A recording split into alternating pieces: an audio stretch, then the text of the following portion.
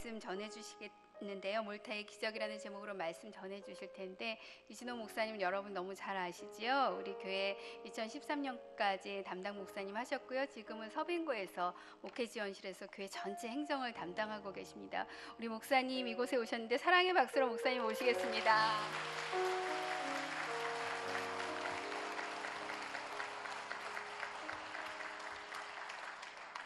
네, 잠깐 기도하겠습니다. 하나님 아버지 감사합니다. 저 인천 온누리교회를 축복하셔서 하나님의 비전을 주시고 그 비전을 이루게 가기 위해서 또 어려운 시기지만 기쁨으로 또 함께 예배하며 준비하게 하시니 감사합니다. 오늘 주의 말씀을 통해서 우리 인생 가운데 또 우리 교회 가운데 또 하나님의 계획을 발견하는 귀한 시간 되게 도와주시고 하나님의 하나님됨을 더욱더 붙잡고 믿음으로 고백하는 그런 축복의 시간 될 수 있도록 성령님 인도하여 주시옵소서. 그렇게 행하실 주께 감사와 찬양을 올려드리며 예수님 이름으로 기도하옵나이다. 아멘. 네, 반갑습니다. 이곳에서 예배드리는 또 모습을 보니까 너무나 좋습니다. 새로운 비전이 있다는 것은 얼마나 큰 축복인지 모르겠습니다. 비전을 이루는 과정은 또 어렵지만 그 어려움이 있기 때문에 그 비전이 더욱더 가치가 있고 아름답다고 저는 생각을 합니다. 우리는 지난주 제수들을 태운 배가 유라굴라 폭풍을 만나서 표류하고 그리고 사투를 벌이는 장면을 묵상했습니다. 마침내 유라굴로에 의한 그 고생과 어려움 가운데 기적적으로 하나님께서 그들을 지중해 작은 섬 몰타에 상륙하게 하셨습니다. 몰타 섬에 상륙함으로 바울이 배에서 이야기했던 선포했던 그의 말씀과 격려가 하나님의 비전이었음이 증명되었습니다. 우리가 한 섬에 닿게 될 것이다. 바울의 그 고백이 성취된 것이죠. 이 몰타 섬에 걸려서 구사일생으로 생존한 바울의 일행의 감격을 우리가 충분하게 이해하려면 지난주 우리가 보았던 유라굴로에 의한 표류, 또 사투, 그리고 환상의 경험을 기억해야 합니다. 바울을 태운 그리고 제수를 태운 그 배는 3주 동안이나 유라굴로 폭풍에 의해서 표류하게 됩니다. 칠흑같이 어둠 가운데 바람에 의해서 어디로 갈지 모르는 그런 상황을 경험하게 되는 것이죠. 276명을 태우고 자그마치 14일 동안을 표류한 것입니다. 여러분 배를 타보신 적 있습니까? 제가 정말 폭풍 가운데 있는 배, 그 배를 한번 경험한 적이 있습니다. 태풍이 지나가고 주의보가 내려져 있어서 배가 이제 정기선은 뜨지 않는 거예요. 근데 이제 사역 때문에 거기에 약속을 해서 들어가야 돼서 이제 일행들과 함께 배를 대절해서 갔습니다. 한 3시간 정도 탄 것 같아요. 근데 그 배가 얼마나 무섭던지 그 파도들이요, 제가 보는데 제 위로 막 옆에서 올라오는 거예요. 야, 이러다 죽는 것이 아닌가. 정말 제대로 서 있을 수도 없고요, 왔다 갔다 움직이다가 사람들이 힘드니까 누웠는데 누워도 이쪽 갔다 저쪽 갔다 멀미가 나고 너무나 괴로웠습니다. 근데 이 사람들이 여기서 14일 동안을 이 일을 겪은 거예요. 얼마나 공포스럽고 여러분 힘들었겠습니까? 14일 동안 표류하면서 굶주림과 죽음의 고통 가운데, 권세 가운데 있었지만 그 누구도 그들을 이끄는 리더가 존재하지 않았다라는 거예요.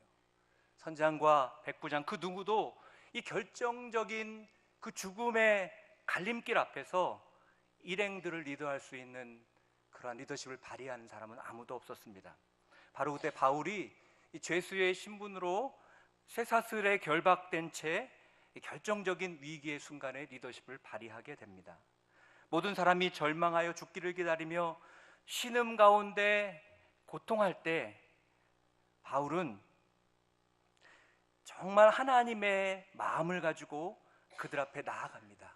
그리고 그들에게 하나님의 말씀, 즉 아무도 목숨을 잃지 않고 한 섬에 닿게 될 것이다 라는 말씀을 선포함으로 불안과 죽음의 기운을 진정시킨 것입니다.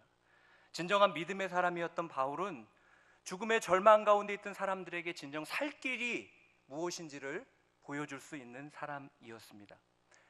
이 바울의 모습에서 우리는 진정한 그리스도인의 모습을 발견하게 됩니다. 여러분, 바울은 슈퍼맨이었을까요? 바울은 두렵지 않았을까요? 그런데 그러한 생명의 위험과 두려움 속에서 낙담하지 않고 바울은 어떻게 이렇게 말하고 담대히 이렇게 행동할 수 있었을까요? 두 가지 이유가 있습니다. 그것은 그에게 하나님의 말씀이 있었다는 것이고, 그는 그 말씀을 하신 하나님을 믿었다라는 거예요. 우리 사도행전 27장으로 넘어가서 우리 25절을 한번 같이 읽어보도록 하겠습니다. 25절 같이 한번 읽겠습니다. 시작.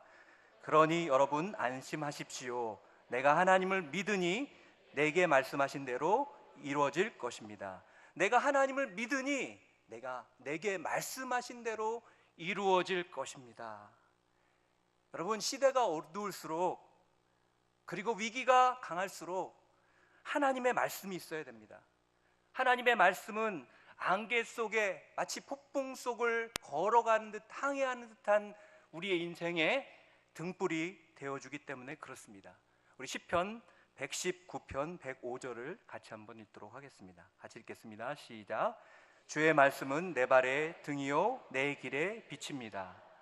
여러분, 칠흑 같은 어둠을 경험해 본 적 있습니까? 앞이 아무것도 안 보이는 거예요.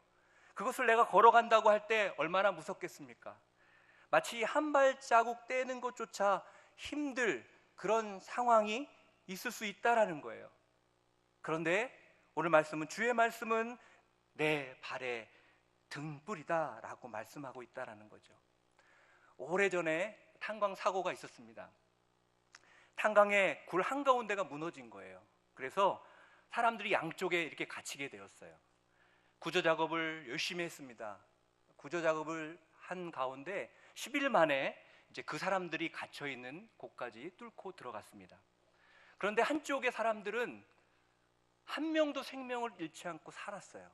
그런데 똑같은 조건이었는데 한쪽에 굴에 있었던 사람들을 보니까 모두 다 죽음으로 발견되었습니다. 왜 이렇게 되었을까 하는데, 공기가 투입이 안 된 것도 아니에요.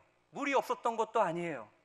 이 조사 결과 놀라운 사실을 발견했습니다. 그것은 살아있는 쪽에 사람들에게는요 전화선이 연결되어 있었다라는 거예요. 그리고 그들은 희망의 소식을 계속 듣고 있었습니다. 그들이 함몰되어서 정말 두려움에 사로잡혀 있을 때 그들은 통화할 수 있었습니다. 우리가 갇혀 있는지 아십니까? 그 자리가 어디인지 아십니까? 알고 있습니다. 지금 열심히 파고 있습니다. 조금 있으면 도착할 겁니다. 이런 희망의 메시지를 그들은 계속 들었어요.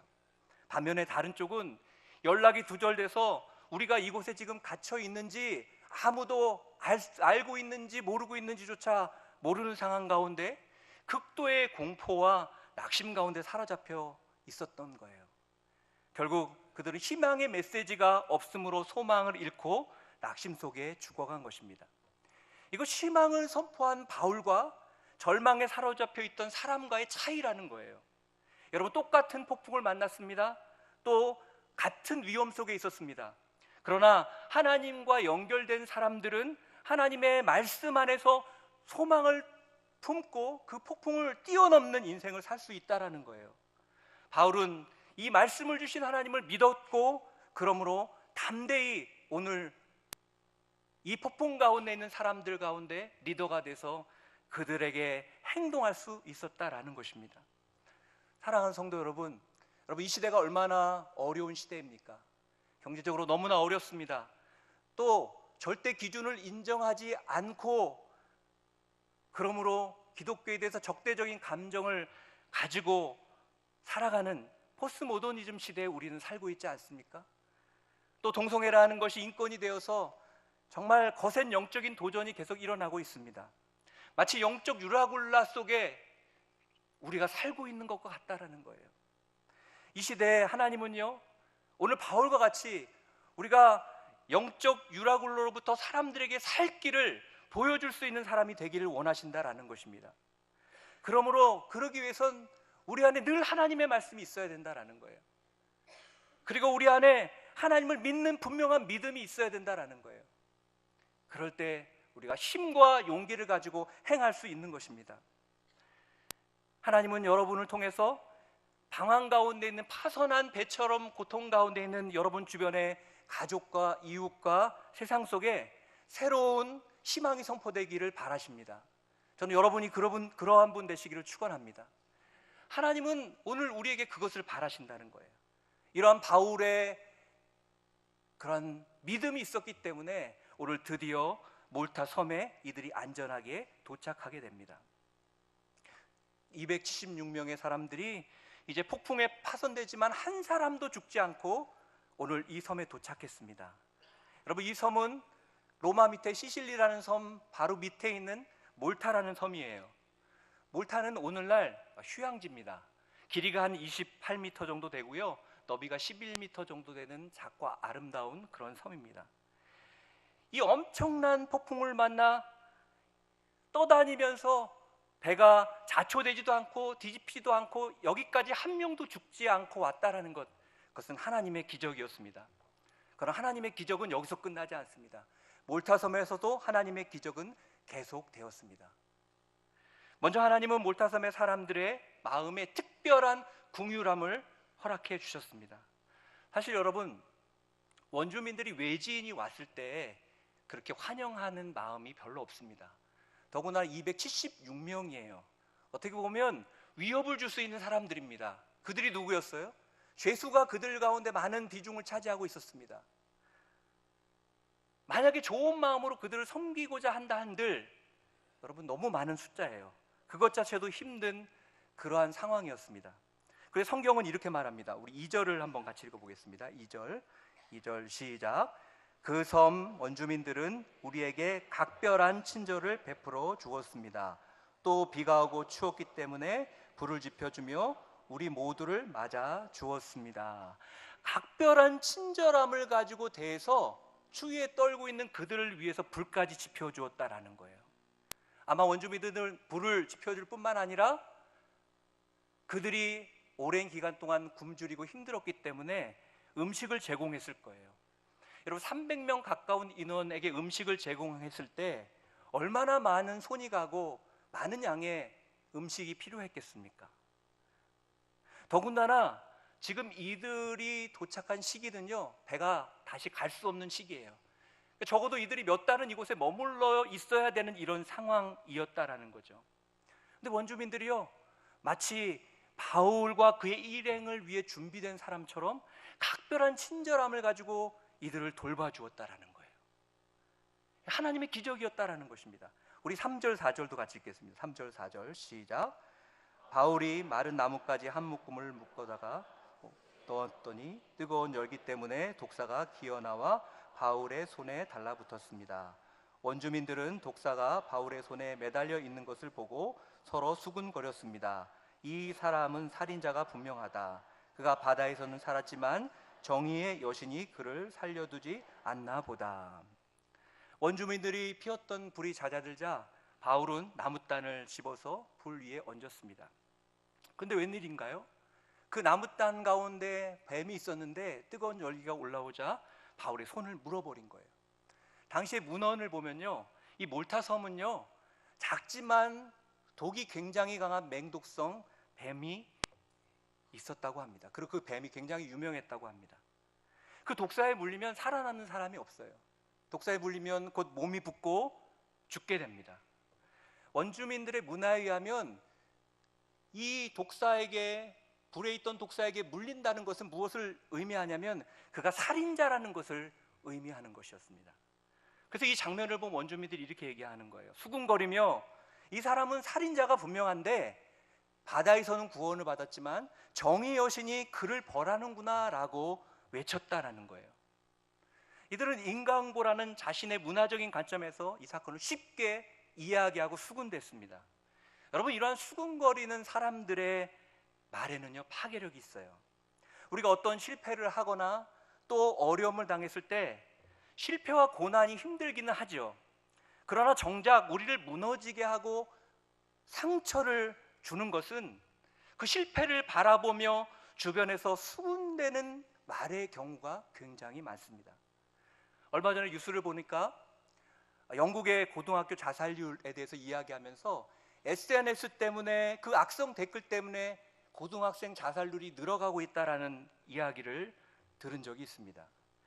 여러분, 실패했다고 먹고 또 살지 못하는 것이 아닙니다. 어쨌든 우리가 살아가요. 이 큰 평수 살다가 여러분 단칸방에 가면 어떻습니까? 힘들지만 살아갑니다. 다 삽니다. 근데 정말 고통스러운 것은요, 그리고 어려운 것은요, 사람들이 그것을 보고 뭐라고 말하느냐라는 것이라는 거예요. 그래서 사람들을 잘 만나지 않습니다. 그런 일을 당하면 사람 만나기가 두렵습니다. 주위의 사람들의 소리를 우리는 두려워합니다. 여러분 어떻습니까? 여러분 살아가면서 사람들이 하는 말, 사람들이 이야기하는 그런 이야기들, 그것이 혹시 여러분의 인생을 좌우하진 않습니까? 여러분 어떤 통계를 보니까 아이들이 삐뚤어지고 비행 청소년으로 가는 그런 비율을 보면요, 어떤 일이 많은지 아세요? 부모가 어렸을 때부터 이 아이를 판단하는 거예요. 이 쓸데없는 놈아, 너는 태어나지 말았어야 됐어. 이 얘기를 들으면서 어느 순간 그것이 상처가 되고 그 인생을 그런 비행으로 바꿔가는 거예요. 여러분은 어때요? 그러나 우리가 사실 이 땅에 크리스찬으로 살아가면서 집중해야 될 것은요, 사람의 수군거림이 아니라 하나님의 말씀이라는 거예요. 그 하나님의 말씀을 우리가 붙잡아야 된다는 거예요. 내가 예루살렘에서 나의 일을 증언한 것 같이 로마에서도 증언해야 하리라. 바울은 독사에게 물리는 이 위험한 순간에 하나님의 말씀을 붙잡았다라는 것입니다. 그럴 때 그에게 피해를 준 독사의 독도, 사람들의 수군거림도 더 이상 문제가 되지 않았다라는 거예요. 로마에서도 증언해야 하리라. 바울은 이 약속을 주신 하나님을 믿음으로 사람의 소리를 극복한 것입니다. 만약에 여기서 사도 바울이 뱀에 물려서 죽었다면 어떻게 되겠습니까? 그가 로마에 가서 복음을 전할 수 없게 되겠죠. 그는 그 어떤 상황 가운데서도 사람들의 수군거림에서도 그는 그것이 아니라 하나님을 바라보았다라는 거예요. 여러분 바울의 행동이 어떻습니까? 그 다음 바울이 사람들의 수군거리는 소리를 듣고 어떻게 행동했는지 한번 볼까요? 5절 6절 같이 보겠습니다. 5절 6절 시작. 그런데 바울은 그 뱀을 불 속에 떨어버렸고 아무런 상처도 입지 않았습니다. 사람들은 그가 몸이 부풀어 오르거나 갑자기 쓰러져 죽을 것이라고 생각했지만 오래 기다려봐도 아무 없는 것을 보고는 생각이 바뀌어 바울을 신이라고 말했습니다. 수군거림이 아무 의미가 없었어요. 그는요, 수군거리든 말든 그 독사를 불에 그냥 떨어뜨려 버렸습니다. 그럼에도 불구하고 그는 아무 해도 당하지 않았다라는 거예요. 하나님이 기적을 행해 주신 것입니다. 우리 하나님은 최악의 상황을 최선의 상황으로 바꾸시는 분이십니다. 우리의 삶에서 하나님이 역사하시면 최악의 상황도, 최악의 조건도 최선의 축복으로 변화될 줄 믿습니다. 원주민들은요, 곧 생각이 바뀌었어요. 와, 이 사람은 신이다 라고 말했다는 거예요. 바울은요, 순식간에 살인자에서 신으로 바뀐 것이죠. 살인자에서 신으로 왔다 갔다 했다라는 거예요. 여러분, 이것이 사람의 소리입니다. 사람은 조금 잘못하면 살인자라고 말합니다. 조금 잘하면 신이라고 말합니다. 그러나 하나님의 사람 바울은 사람의 비난에 절망하지 않고 또 칭찬에도 우쭐하지 않았습니다. 왜냐하면 그는 말씀과 비전을 붙잡은 사람이었기 때문에 그렇습니다. 우리 마가복음 16장 17절 18절 같이 한번 읽겠습니다. 시작. 믿는 사람들에게는 이런 표적이 따를 것이다. 그들이 내 이름으로 귀신을 내쫓고 새 방언으로 말하며 손으로 뱀을 집어들고 독을 마셔도 아무런 해를 받지 않으며 아픈 사람들에게 손을 얹으면 병이 나을 것이다. 이 말씀이 바울 가운데 일어났다라는 거예요. 그렇다고요, 항상 뱀에게 물려도 우리가 괜찮다라는 것을 말하는 것이 아닙니다. 하나님이 이 순간 자연의 법칙을 뛰어넘어 사도 바울을 보호하셨다라는 거예요. 왜죠? 그는 하나님의 사명, 로마에 가서 복음을 전해야 할 사명이 그에게 남아 있었기 때문입니다. 여러분, 사명으로 살아가는 사람의 인생은 하나님이 보호하십니다. 여러분, 우리가 하나님의 기적을, 하나님의 은혜를 더 많이 받고 싶으십니까? 그러면 내가 사명 가운데, 하나님의 부르심 가운데 서 있는지 나 자신을 점검해 볼 필요가 있어요. 우리는 보통 굉장히 이기적으로 살면서 하나님 나 안 도와주시죠? 하나님 왜 기적을 안 해주시지? 그렇게 원망할 때가 있습니다. 그러나 기적은요, 특별하기 때문에 기적이에요. 기적은요, 모두에게 나타나지 않습니다. 그러나 분명한 것은 하나님의 비전을 따라 살아가는 사람, 하나님이 그 사람을 향해서 비전과 계획이 있는 그 사람을 하나님 보호해 주신다는 사실입니다. 이 기적의 사건을 본 원주민들의 태도가 완전히 바뀌었어요. 그럼 위기가 기회가 된 거예요. 이들의 마음이 바울이 전하는 그 복음, 예수 그리스도를 받아들일 수 있는 그런 마음으로 준비되었다라는 거예요. 우리 7절에서 9절 같이 한번 읽겠습니다. 7절에서 9절 시작. 추장인 보볼리오가 그 근처에 자신이 소유한 땅을 갖고 있었습니다. 그는 우리를 자기 집으로 맞아들여 3일 동안 극진히 대접해 주었습니다. 그의 아버지는 열병과 이질에 걸려 병상에 누워 있었습니다. 바울은 그를 방문해 기도하고 그 사람의 몸에 손을 얹어 고쳐 주었습니다. 이 일이 있고 나서 그 섬에 사는 다른 병자들도 와서 낫게 되었습니다. 이 소문이, 이 기적의 소문이 금방 그 작은 섬에 퍼졌습니다. 그러자 최고 리더인 보블리오라는 사람이 바울의 일행을 초청해서 3일 동안이나 극진한 대접을 합니다. 보블리오는 원주민들에게 굉장한 영향력을 행사하는 사람이에요. 추장이라고 표현하고 있지만 성경에서 쭉 그 연구가에 의하면 추장이 아니라 관리, 어떤 행정직을 맡은 관리라고 되어 있습니다. 굉장한 영향력이 있는 사람이에요. 그 사람이 사도 바울의 일행을 초청해서 3일 동안 극진하게 대접한 거예요. 배에서 표류하고 죽음의 문턱에까지 이르렀던 사람이 이제 바울로 인해서 졸지에 극진한 대접을 받는 사람들로 바뀌었다라는 거예요. 그런데 보블리오의 부친이 열병과 이질에 걸려서 병상에 누워 있었습니다. 당시 기록을 보면요, 몰타섬에 열병과 이질이 굉장히 흔했다고 합니다. 그런데 이 병은요, 이 장티푸스의 일종이에요. 열이 굉장히 많이 나고 전염성이 높다고 합니다. 보통 이 병에 걸리면 3개월, 4개월을 고열의 고통을 당하다가 죽게 된다는 거예요. 쉽게 나는 병이 아니라는 것이죠.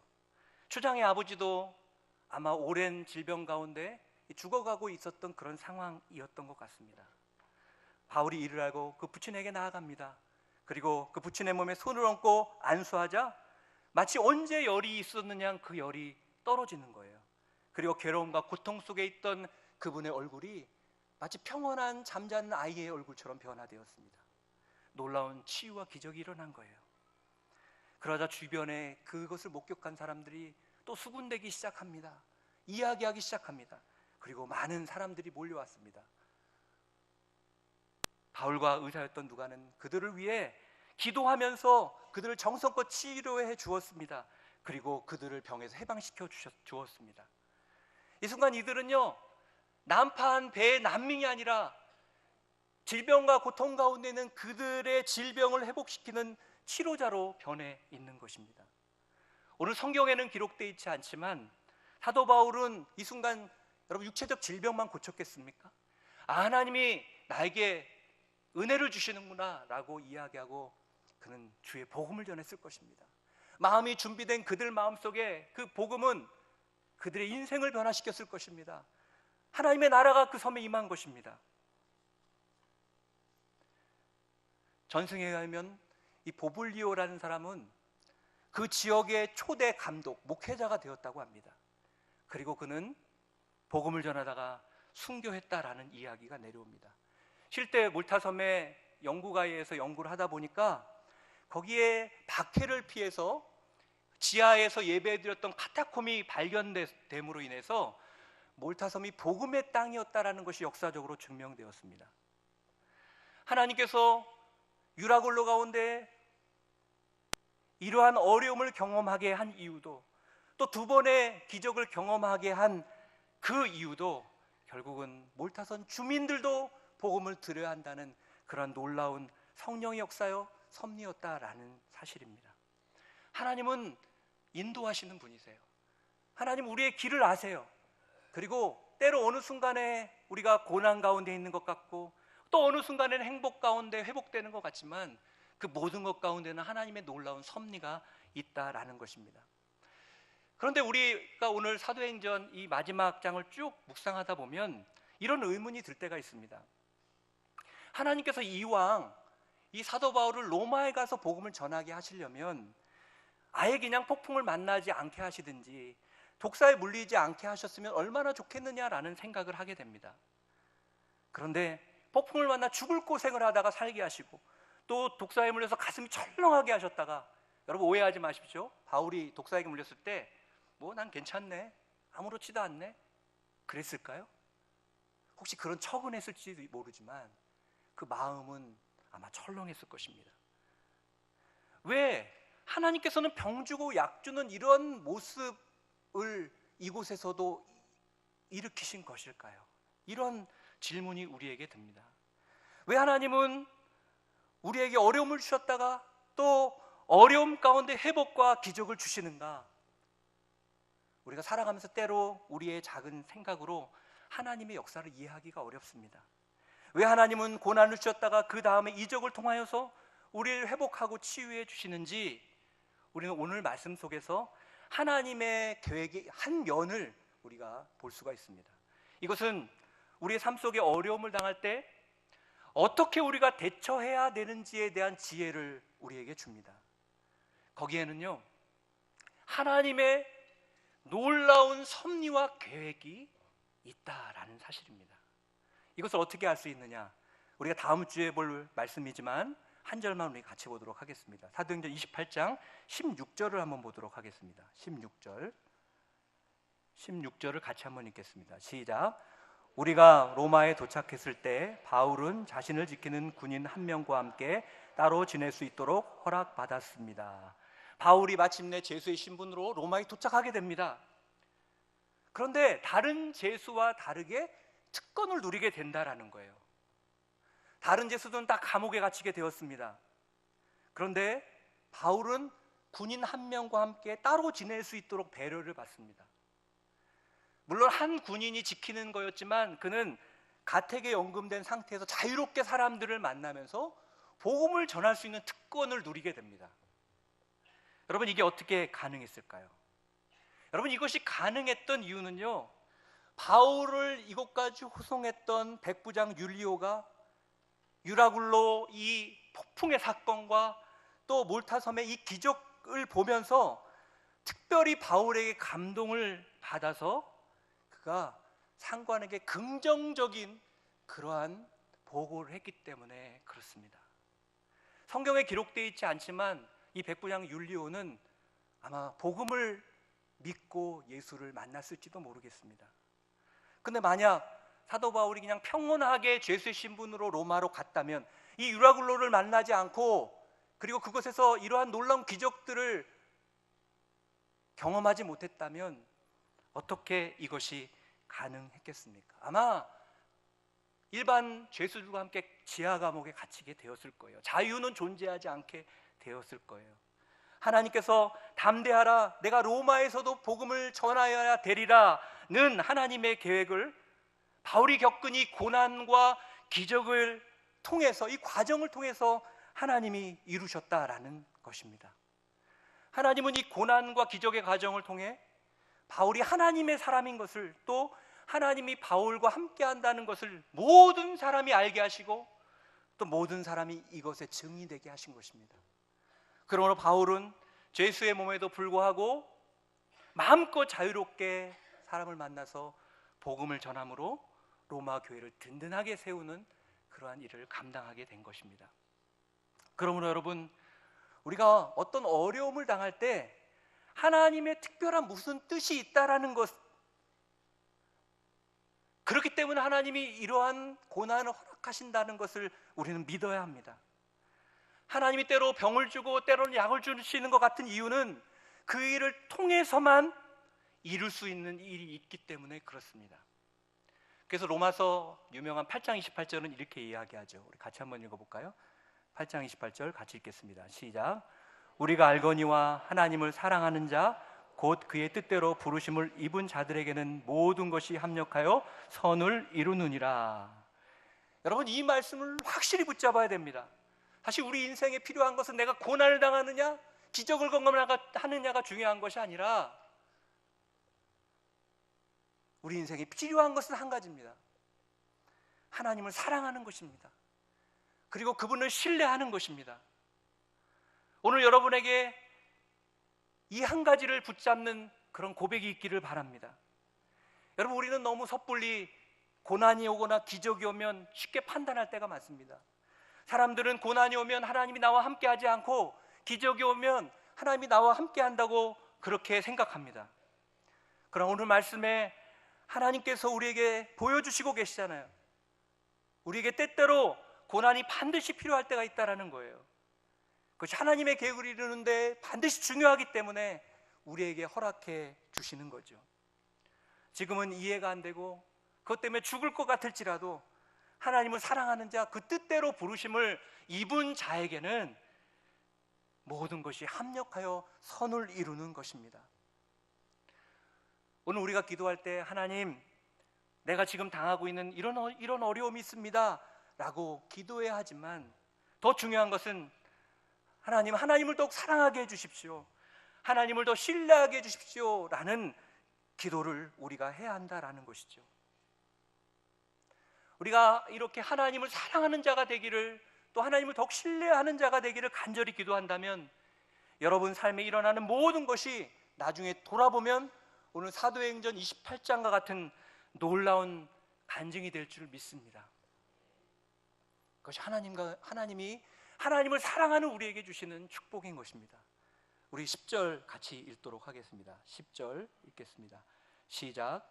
그들은 여러모로 우리를 잘 대접해 주었고 우리가 그 섬을 떠날 때는 우리에게 필요한 물건까지 공급해 주었습니다. 3달 동안 잘 대접해 주었고 떠날 때는 필요한 모든 것을 공급해 주었다라고 말합니다. 난파에서 목숨만 겨우 구한 바울과 그 일행, 그러나 이제는 조금 더 부족함이 없는 모습으로 다시 하나님의 비전 앞으로 나아가고 있습니다. 사랑하는 여러분, 이러한 인생이 바로 저와 여러분의 인생임을 믿습니다.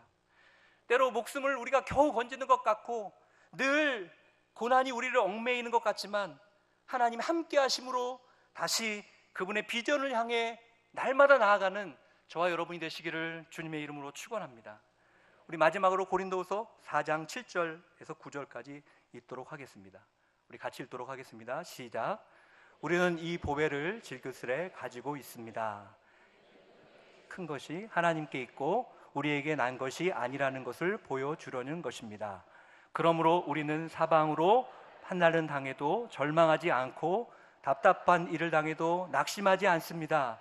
핍박을 당해도 버림받지 않고 넘어뜨림을 당해도 망하지 않습니다. 하나님이 우리 인생 가운데 또 사랑하는 인천 온누리 가운데 이러한 계획과 능력으로 함께해 주실 것입니다. 저는 여러분들이 오늘 그 하나님을 믿을 수 있기를 바랍니다. 그러므로 여러분 인생 가운데 고난이 있다면, 때로는 고난과 기적이 여러분 가운데 있다면 그것 가운데 왜 그러는지 질문하는 인생이 아니라 하나님 우리에게 주신 놀라운 계획을 바라보며 믿음으로 날마다 승리하는 그런 축복이 여러분 모두에게 넘치기를 주님의 이름으로 축원합니다. 기도하겠습니다. 우리 이 시간 한번 같이 기도하기를 원합니다. 우리 한번 기도할 때 우리가 살아가는 이 세상은 너무나 어려운 세상입니다. 영적으로 하나님을 인정하지 않는 세력이 우리를 넘어뜨리려고 합니다.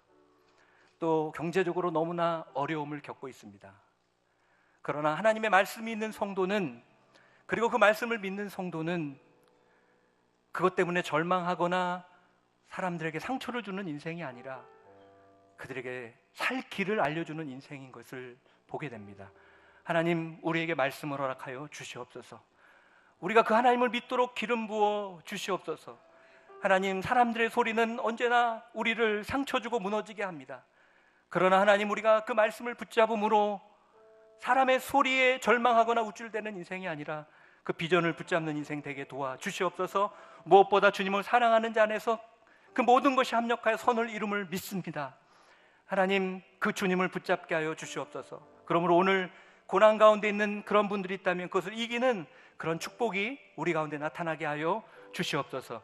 이 시간 우리 삶을 주께 의탁하며 통성으로 우리 같이 한번 기도하며 나가도록 하겠습니다. 기도하겠습니다. 사랑하시는 하나님 아버지, 감사합니다. 오늘 하나님 아버지 정말 몰타섬에 도착해서 하나님의 능력과 은혜를 경험하는 그런 사도 바울과 그 일행의 모습을 통해서 오늘 우리에게 말씀해 주신 주님을 찬양합니다. 하나님, 그렇습니다. 우리가 살아가는 이 세상이 너무나 어렵습니다. 영적으로 유라굴로라는 폭풍 가운데 갇혀 있는 것 같습니다. 하나님, 이런 시대에 우리 믿음의 사람이 살아가야 될 모습이 무엇입니까? 우리 사도 바울처럼 그들에게 살 길을, 가야 될 길을 보여주는, 그리고 그들을 이끄는 인생이 되기를 원하오니 기름 부어 주시옵소서. 그러기 위해서 우리에게 말씀이 필요합니다. 우리가 그 말씀을 믿는 믿음이 필요합니다. 우리에게 믿음 없음을 용서하여 주시고 오늘도 우리에게 말씀하시는 주님께 귀를 기울이지 않았던 저희들의 모습을 불쌍히 여겨 주시옵소서. 이 시간 간절히 의탁하며 기도하오니 사람의 소리에 무너지고 반응하는 인생이 아니라 주의 말씀 가운데 날마다 주의 비전을 따라 살아가는 인생이 되게 도와주시옵소서. 하나님, 때로 우리 인생이 어떤 때는 정말 하나님의 은혜 가운데 있다가 또 고난이 찾아오는 것을 경험하면서 왜 하나님이 나에게 이러한 일을 행하시는지 궁금할 때가 있습니다. 그러나 하나님이 그런 일을 주시는 것은 분명한 이유가 있고 계획이 있기 때문임을 믿습니다. 우리가 그 고난이냐 기적이냐 은혜냐를 바라보고 날마다 그것에 주목하는 인생이 아니라 주님을 사랑하는 자, 그 뜻대로 부르심을 입은 자들이 합력하여 선을 이룬다는 주님의 약속과 믿음을 붙잡는 그런 축복이 부어지게 하여 주시옵소서. 오늘 성도들 삶 속에 하나님의 역사가, 그런 은혜가 있게 하여 주시고 또 하나님 인천오늘의 교회가 하나님의 비전을 따라가고 있는데 지금의 고난의 시기들, 또 때로 어려운 시기들이 있지만 그것을 뛰어넘어 하나님의 비전을 이루는 놀라운 역사와 능력이 나타날 수 있도록 성령님 기름 부어 주시옵소서. 성령님 함께하여 주시옵소서. 살아계신 하나님, 오늘 몰타섬에서 사도 바울 가운데 행하신 그 일들을 통해서 하나님의 기적은 여전히 계속된다는 것을 깨닫게 하시니 감사합니다. 하나님 주신 고난도 기적임을 믿습니다. 우리가 눈에 보는 기적만을 바라보며 쉽게 절망하는 인생이 아니라 날마다 주의 말씀을 붙잡고 주님을 믿는 그런 인생이 되게 하여 주시옵소서. 그럴 때 하나님, 사람의 소리에 반응하여 기뻐했다, 절망했다, 상처받는 인생이 아니라 하나님의 말씀을 붙잡음으로 오늘 사도 바울처럼 그것을 뛰어넘는 믿음의 인생이 되게 하여 주시옵소서. 오늘 하나님 아버지, 사도 바울을 통해서 하나님 아름다운 선을 이룬 일을 보게 하시니 감사를 드립니다. 우리 가운데 때로 어려움이 있을 때 좌절하지 않도록 도와주시고 믿음 가운데 반드시 선을 이루시는 하나님을 오늘도 붙잡고 고백할 때 우리가 우리 안에 있는 고난과 어려움을 떨쳐버리고 낼 수 있는 축복이 우리 모두에게 넘쳐나게 하여 주시옵소서. 성령님, 우리의 인생을 붙들어 주시옵소서. 우리의 인생을 다스려 주시옵소서. 그 주님을 바라봅니다. 주님, 한 사람 한 사람 인생 가운데 좌정하시고 인도하여 주시옵소서. 예수님의 이름으로 감사하며 기도하옵나이다. 아멘. 이 시간 다 같이 그 자리에 일어나셔서 봉헌 찬송 하나님께 올려드리겠습니다.